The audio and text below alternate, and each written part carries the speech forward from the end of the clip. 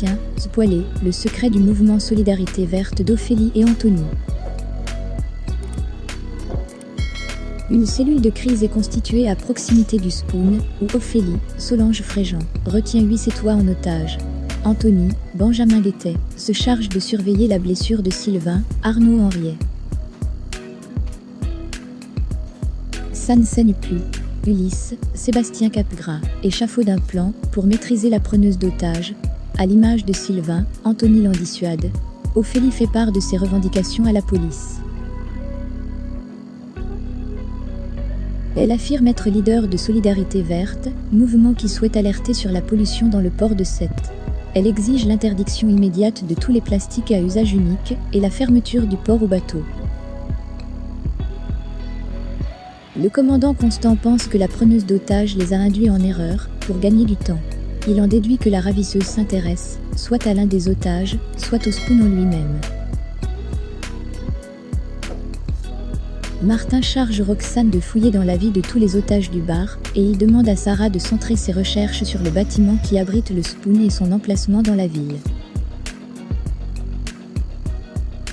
Il aimerait qu'elle contacte tous les propriétaires et voisins pour découvrir si l'un d'entre eux a des objets de valeur chez lui, comme un collectionneur d'art par exemple.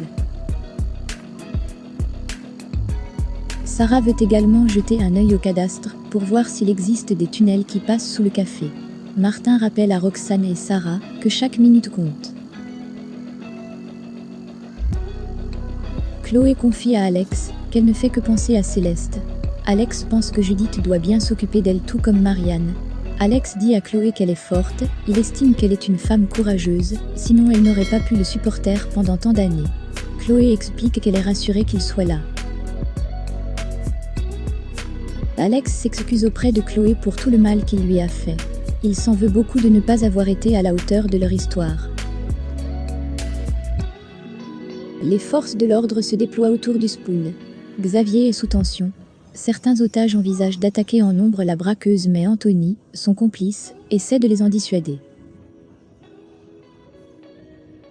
La preneuse d'otages, elle se présente comme militante écolo et a des revendications extrêmes à propos de la pollution de port de Sète.